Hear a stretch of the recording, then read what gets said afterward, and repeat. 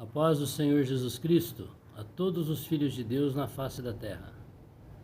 Aqui é o irmão Xavier do Projeto Vida. Jesus é Deus, vestido de carne. Ele morreu e ressuscitou, Ele é o Espírito que dá vida, o Espírito Santo é o mesmo Deus, o Criador dos céus e da terra. Está dentro de você, se você já chamou e criou nele. Se você não chamou, basta você crer e chamar ele, ele vai entrar em você, o Criador dos céus e da terra. É Jesus Cristo, que é o Espírito que dá vida e está em todo lugar.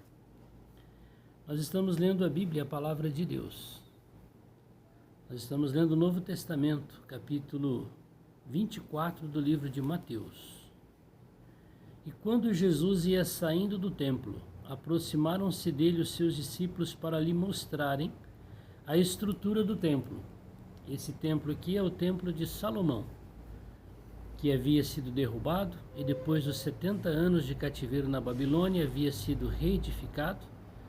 E agora já fazia mais ou menos 500 anos que eles adoravam a Deus naquele templo. E Jesus veio e entrou dentro desse templo. E nós já falamos muitas coisas que aconteceu nesse templo físico de Salomão. E o Senhor também já disse que Ele não mora em templos, em casas feitas por mãos humanas, mas Ele mora dentro de nós, que foi Deus que criou. Nenhum de nós é capaz de fabricar olho, osso, cérebro, só Deus. E Ele mora dentro dessas pessoas que creem e recebem Ele. E os discípulos então mostraram as estruturas desse templo. Até hoje a gente vê na TV as reportagens um pouco do alicerce, blocos de pedras imensas, de muitas toneladas, serradas perfeitamente em ângulos de 90 graus, encaixadas. Até hoje é algo magnífico. Os estudiosos não conseguem compreender como aqueles blocos de pedra foram preparados e trazidos até aquele lugar, quando não havia tecnologia como há hoje.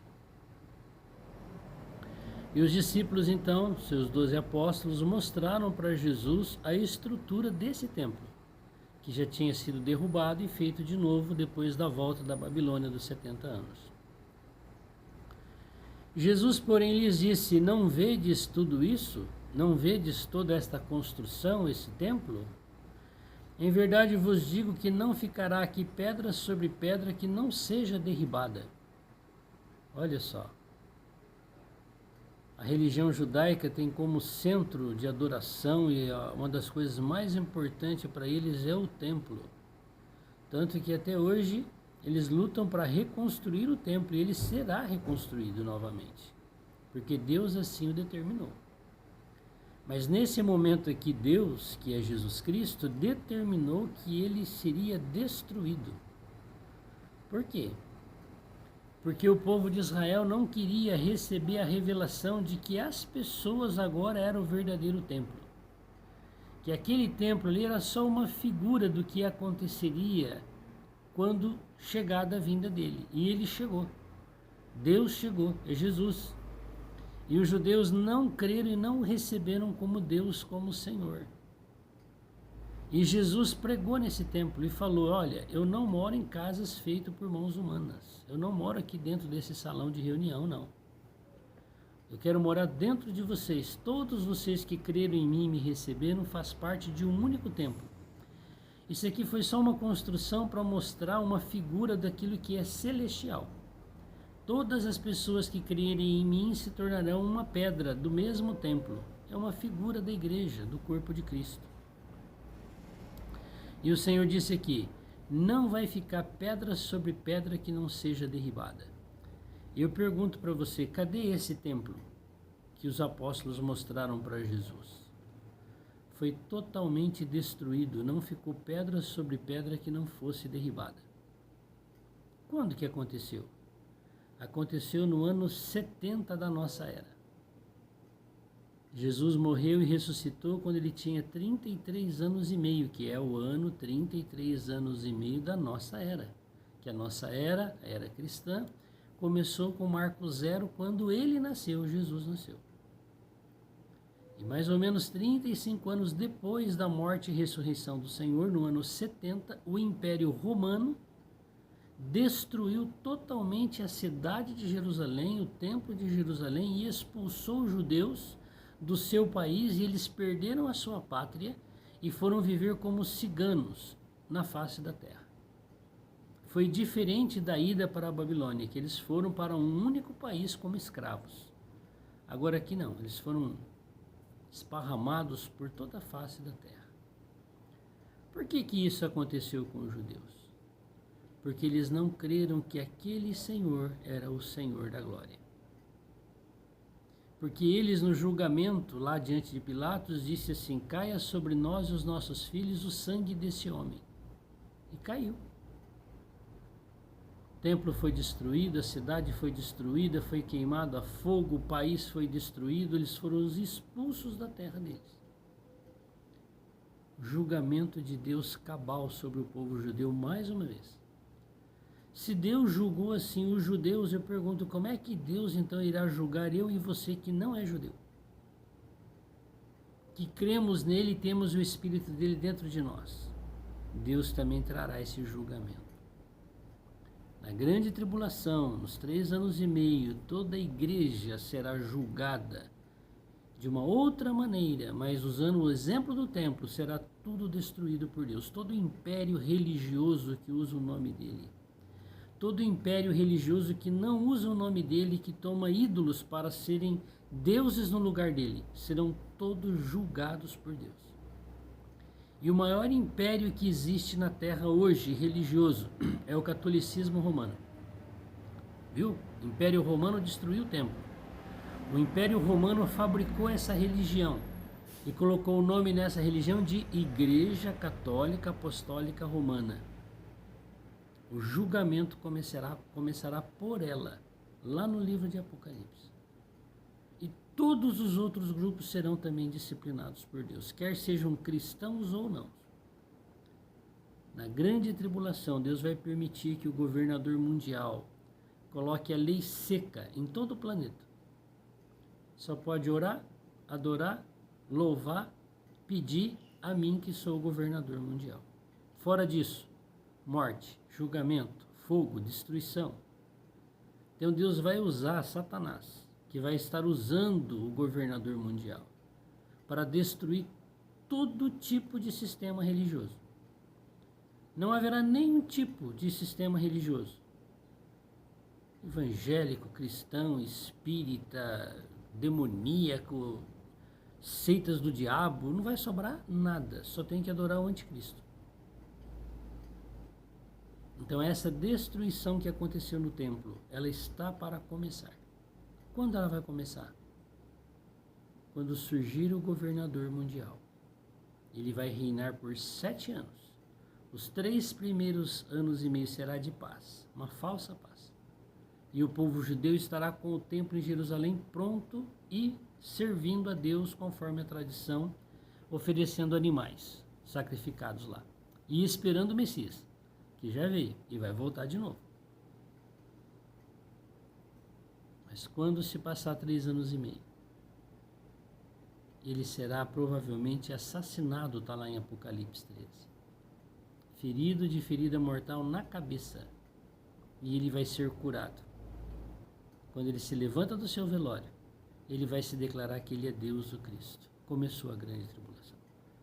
Todo o sistema religioso, porque no sistema religioso de hoje, tem muitos, milhares e milhares de filhos de Deus, que creram e receberam o Senhor, mas estão servindo a um sistema satânico, diabólico, do homem, enfim, não interessa. Todos serão destruídos como foi, não vai ficar pedra sobre pedra que não seja derribada. Aqui foi o templo físico, mas na grande tribulação será o templo espiritual, porque este templo que vai ser reedificado não será destruído na grande tribulação. Deus vai poupá-lo, porque isso aí é projeto de Deus. Ele é Deus, ele faz o que ele quer, ele é Senhor. E estando assentado no Monte das Oliveiras, chegaram-se a ele os seus discípulos, em particular dizendo: Dize-nos quando serão essas coisas e que sinal haverá da tua vinda e do fim do mundo? Então, daqui para frente no livro de Mateus, o Senhor Deus Todo-Poderoso, que é Jesus Cristo vestido de carne, começa a revelar para os seus íntimos como será o final dos tempos, como serão os dias que vão anteceder a sua segunda vinda, porque ele morreu, ressuscitou e está em todo lugar como espírito, invisível, porque ele é espírito. Mas ele voltará visível e todo olho verá. Todo joelho no céu, na terra e debaixo da terra vai se curvar diante dele. Quando é que vai ser isso? E Jesus respondendo disse-lhes: acautelai-vos que ninguém vos engane. Então, a maneira de nós não sermos enganados com respeito à volta do Senhor é nós lermos a palavra de Deus e conversarmos com Ele e pedirmos para Ele nos ensinar a verdade da sua volta e da sua palavra. Há milhares de enganadores hoje no meio do povo de Deus. Milhares. E isso só vai multiplicar. E quando chegar esse tempo, haverá muitos falsos cristos e falsos profetas que vão se designar que eles também é Cristo. Então o Senhor disse assim: cuidado. Como é que eu vou me cuidar para que ninguém me engane? Eu preciso ler a Bíblia. Se você estiver lendo a Bíblia, você não será enganado. Com toda certeza. Se você é alguém que todo dia lê a palavra, ouve a palavra, fala com Deus, você não será enganado. Mas se você só ouve a palavra por meio daqueles que leem a Bíblia para você, que fala para você da palavra de Deus, você não tem muito conteúdo da palavra de Deus em você. Você provavelmente tem um risco muito alto de ser enganado. E se você nem ouve a palavra, de jeito nenhum, nem escuta quem lê para você, nem quem explica para você, nada, a chance é 100% de você ser enganado. Você é uma massa de manobra. Você faz aquilo que o diabo quer e vai junto com a turma do jeito que ele quer. É isso que acontece no sistema hoje, governamental, político, religioso. O povão é uma massa de manobra. E é difícil o povão ver que estão sendo conduzidos como boi, como gado, como uma boiada para o matadouro. E o boi, ele não sabe a força que ele tem. De vez em quando a gente vê um boi, uma vaca brava, aquilo que foi feito para ela cercar ela, curral alto, cercas altas, ela pula tudo, quebra tudo, que ela não vale nada para ela. Mas como aqueles outros não têm aquela consciência de que aquilo lá não pode segurá-la, ela vive ali dentro do curral, sendo manejado. Olha o que o Senhor está dizendo. Porque muitos virão em meu nome, dizendo: eu sou o Cristo, e enganarão a muitos. Nos nossos dias eu já vi várias reportagens na TV de pessoas se dizendo: eu sou o Cristo. E tem muitos que acreditam e vão atrás daquilo. Por quê? Porque não conhecem a palavra de Deus.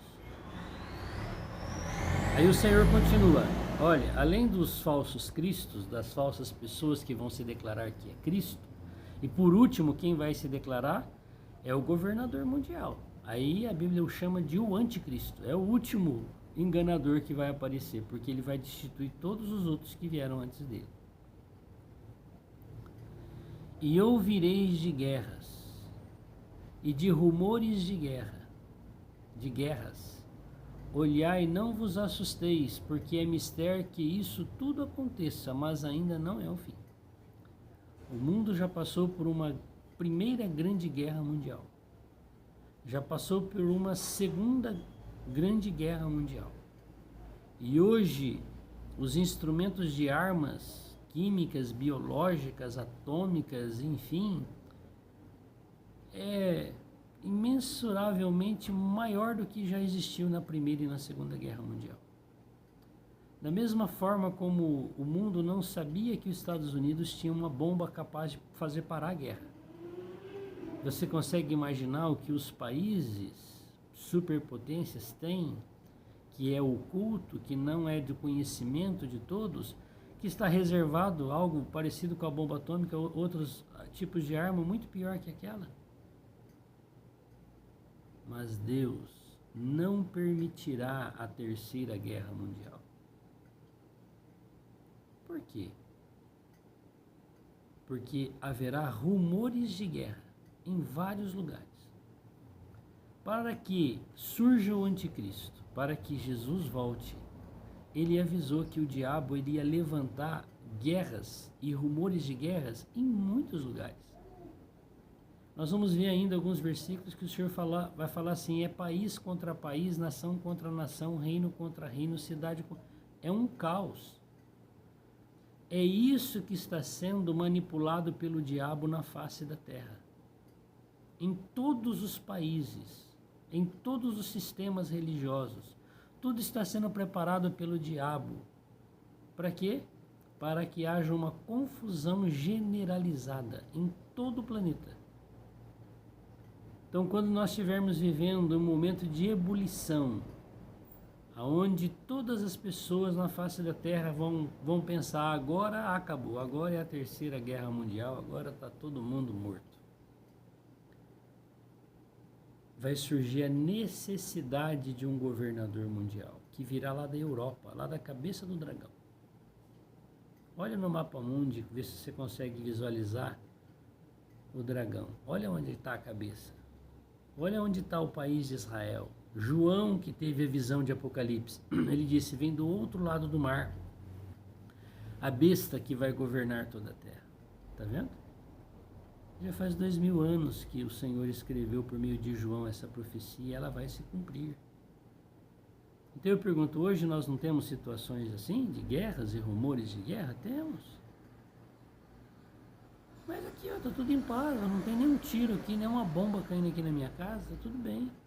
Acho que na sua também. Mas em alguns lugares da terra as pessoas estão morrendo, não tem paz para dormir. A bomba está explodindo na casa dele, ele não tem comida para comer, não tem água para beber, por causa da guerra. Mas é em poucos lugares. Mas isso que o Senhor está revelando aqui é algo que vai ser generalizado no planeta. Então olha, quando é que vai ser o final dos tempos e a tua volta? Quando? Vai surgir falsos cristos. Guerras e rumores de guerras. Olhai, não vos assustei, porque isso ainda não é o fim. Porquanto, olha o que o Senhor fala: porquanto se levantará nação contra nação e reino contra reino, e haverá fomes e pestes e terremotos em vários lugares. Então, aqui o Senhor está dizendo, quantos terremotos grandes já houve? Pelo menos de quando eu estou vivo, que eu me lembro, o pior foi do Haiti, que eu vi na televisão. Mas os mais antigos viram no Japão. E logo vai acontecer outro terremoto em outro lugar. Então o que acontece aqui? Olha, nação contra nação, guerra. A guerra faz o que no meio do povo? Traz a fome, peste. Nós não estamos vivendo uma pandemia? É uma peste. Atingiu o mundo todo. Não morreu todo mundo? Não. Embora são milhares de pessoas, ainda é um percentual mínimo da população da face da Terra, que são mais de 8 bilhões de pessoas. Então o que morreu é bastante, mas ainda é pouco relacionado aos mais de 8 bilhões de pessoas que vivem na Terra. As pestes, terremotos em vários lugares. Mas estas coisas são o princípio das dores. E ele está se referindo a que tipo de dor aqui? Não é dor de dente, não é dor de cabeça, não, é a dor de parto. Ele compara a vinda dele como uma mulher que está para dar à luz. E ela começa a sentir uma pequena contração, mais uma outra pequena contração. Mas à medida que vai chegando o dia dela dar à luz, vai aumentando, intensificando em um grau muito elevado as contrações, as dores de parto. E vai diminuindo o tempo. Hoje, depois passa 3, 4 semanas, aí vem outra. Aí de repente é todo dia uma dorzinha, depois é o dia todo. E aí vai intensificando, intensificando, intensificando, até que se rompe a bolsa d'água. E aí vem as dores finais e nasce o bebê. É a essas dores que Deus está comparando a volta dele. Nós já falamos bastante. A mulher representa a igreja. São todos os filhos de Deus. Ela está grávida. E ela vai dar à luz a um filho varão, que vai governar todas as nações. A mulher é coletiva. O filho varão também é. Lá em Apocalipse 12, a mulher, quando dá à luz, ela não é arrebatada. Quem é arrebatado é o filho, porque é um filho coletivo. Todos os vencedores serão arrebatados, todos os infiéis serão deixados. E a maioria vai ser deixada. E é a igreja, povo de Deus. Quando é que vai nascer o filho varão? Quando a besta foi ferida de ferida mortal e foi curada, quando ele se levantar do velório. Quando se cumpriu já os primeiros 3 anos e meio dos últimos 7 finais. Nesta hora vai nascer o filho. Então o que vai acontecer na humanidade daqui para frente? Quando eu era criança, eu nunca ouvi falar de guerra nem de terremoto, já tinha acontecido algumas. Mas e hoje? Hoje vai se tornar algo tão comum que você, nossa, um terremoto ali, amanhã já esqueceu do outro. Outro já esqueceu daqueles 2, outro já esqueceu daqueles 3. Então é isso que o Senhor está se referindo. Todas as catástrofes, pestes, fome, terremoto, guerra, vai aumentar a força. Cada vez que vir uma onda vai ser mais forte.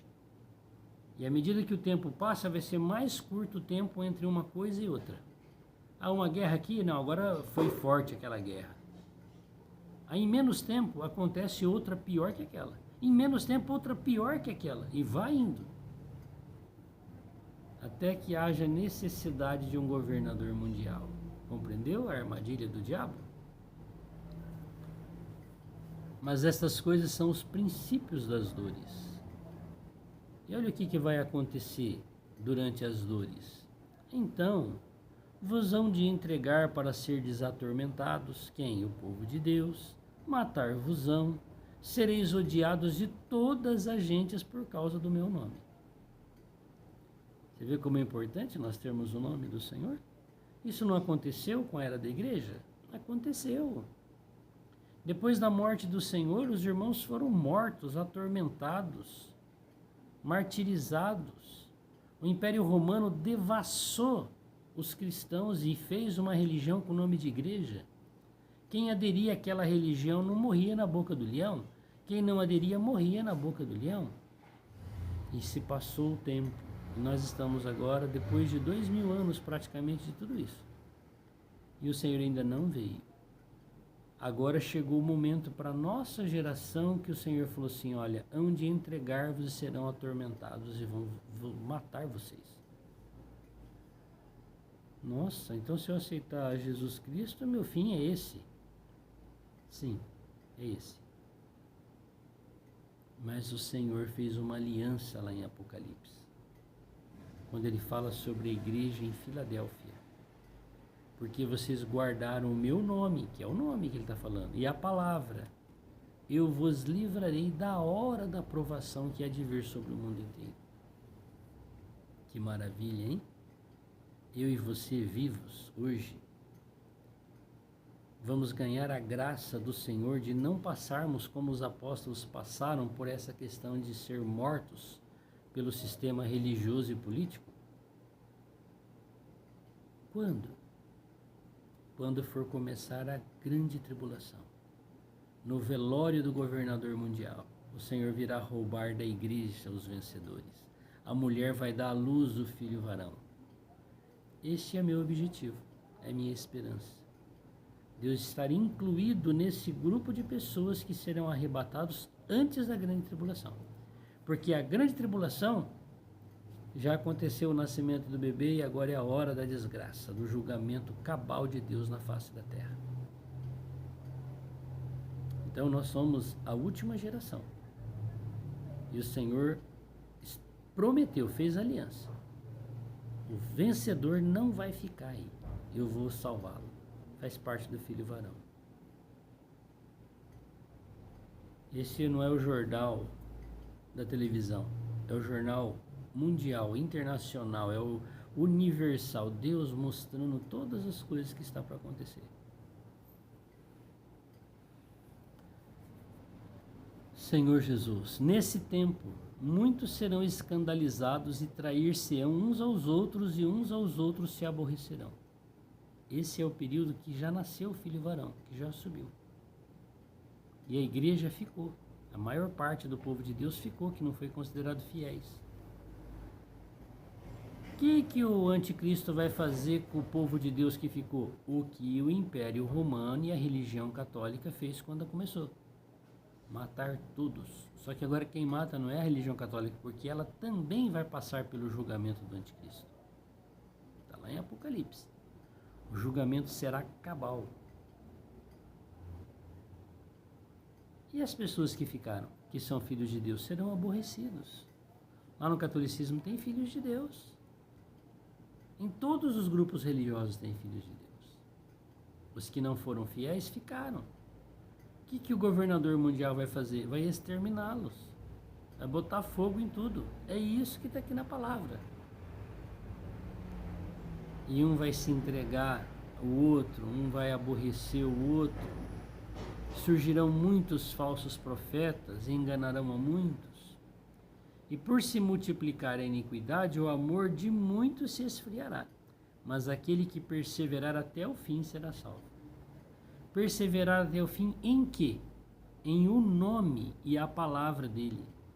Não é perseverar até o fim sendo fiel a um sistema político ou religioso, não. É a ele. E ele é espírito, está dentro do nosso, e a palavra dele. E este evangelho do reino, olha, hoje o que está fazendo é o reino do homem, é o governo humano que foi implantado desde Babel, da Torre de Babel, que começou o império político humano, desde aquele tempo. Vai terminar. Quando Daniel foi para a Babilônia, ele disse que o reino de Deus será estabelecido. E o Senhor revelou nas 70 semanas do livro de Daniel 9, que quando se cumprisse as 70, acabou o governo humano. Qual governo que vai vir? O de Deus. Que é isso que está aqui. E este evangelho do reino será pregado em todo o mundo, para testemunho a todas as gentes, e então virá o fim. Então, qual é o evangelho, a pregação do evangelho que traz o Senhor de volta? É a pregação do evangelho do reino.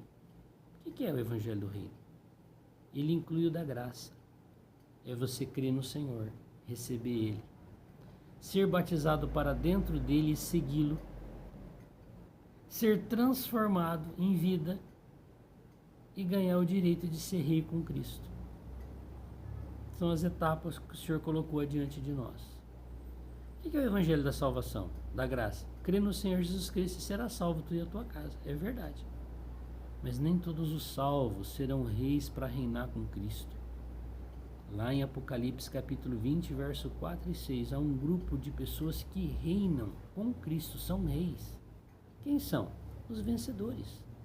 Quem são? O filho varão que nasceu da mulher. Quem são? As primícias dos que morreram com Cristo fiéis. Aí, e se eu não for fiel? Aí você é povo, mas você nunca vai ser rei de Deus, junto com Deus. Você vai ser reino, mas você não será rei. Ah, que me interessa? Problema seu. Se você não está interessado na coroa, isso é com você. Você está satisfeito com a salvação? Tá bom. Mas se você almeja o reino, o Senhor diz, né, que a coroa foi preparada para todos. Agora há aqueles que desprezam, nem acreditam, não tem problema. Mas há aqueles que observam, opa, além da salvação, eu tenho uma coroa preparada para mim. A salvação é de graça pela fé. Não tem que entrar em religião nenhuma e nem trocar de religião. A coroa não. A coroa nós temos que ser transformados. Só Deus sabe quem serão. Uma coisa é você ter o entendimento, o conhecimento disso. outra coisa é você atingir aquela meta. Nós não sabemos. Nós estamos no caminho. Mas se permanecermos fiéis até o fim, ganharemos esse direito. Então Deus aqui, Jesus, ele começou a colocar diante de nós como será a vinda do Filho de Deus. E ele falou algumas coisas só. Nós vamos continuar. E o Senhor vai falar de uma maneira explícita como será o fim. Então quem prestar atenção na palavra de Deus e ler, não vai ser enganado. Porque as coisas acontecem e você vem checar, olha, chegou a hora. Todos saberão, os fiéis, quando estiver chegando a hora de ser arrebatado. Você acredita nisso? Ele só não sabe a hora, mas ele sabe que chegou a hora. É igual a mulher. Ela não sabe a hora, o minuto e o segundo que vai nascer, mas que chegou a hora, chegou. Ela só não sabe o minuto e o segundo. Todo o povo de Deus está ficando alerta. Está chegando a hora.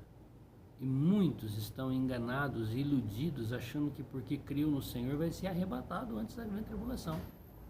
Vai ser deixado para ser provado. E o Senhor quer deixar? Não. O Senhor quer que todos sejam salvos e sejam fiéis e sejam reis. Só que isso aí é comigo, é com você. Você ouve e aí você decide se você quer ou não. Que maravilha o livro de Mateus, não é verdade? Então, a partir desse capítulo 24, o Senhor vai começar a falar conosco sobre a volta dele. E ele já morreu e ressuscitou no ano 33 e meio. Jerusalém foi destruída no ano 70. Em 1948, agora nos nossos dias, ele foi restaurado. Faz 70 e poucos anos que Israel está lá. E a palavra de Deus vai se cumprir. E eu estou aqui vivendo essa geração. Meus pais já morreram. Não estão vivendo essa geração. Já acabou. Então nós temos chances de estarmos vivos nesse momento. Ou nós seremos arrebatados, ou seremos deixados. Porque somos povo de Deus. Vamos falar um pouco com o Senhor? Senhor Deus Todo-Poderoso, quão grandes são os teus mistérios e as tuas revelações. Quão grande é o teu amor por nós de nos alertar e nos ensinar e nos avisar com respeito à tua volta. O Senhor está falando para nós todos os sinais que estão para acontecer e já aconteceram. Ajuda-nos, Senhor, a entendermos e crermos na tua palavra. Nós temos um desejo, um anseio, fazermos parte daqueles que serão arrebatados. Nos leva por esse caminho. Nos livra, nos salva dos anticristos, dos enganadores. Só o Senhor pode nos preservar da peste, da fome, da guerra. Ajuda-nos, Senhor, a entendermos a tua palavra e obedecermos. Amém. Que Deus te abençoe. Que você tenha um ótimo dia na presença de Deus. Que você leia a palavra de Deus. Que você ore a palavra de Deus. Que eu possa fazer isso também. Com certeza absoluta, não seremos enganados. Louvado seja o Senhor. Glória a Deus.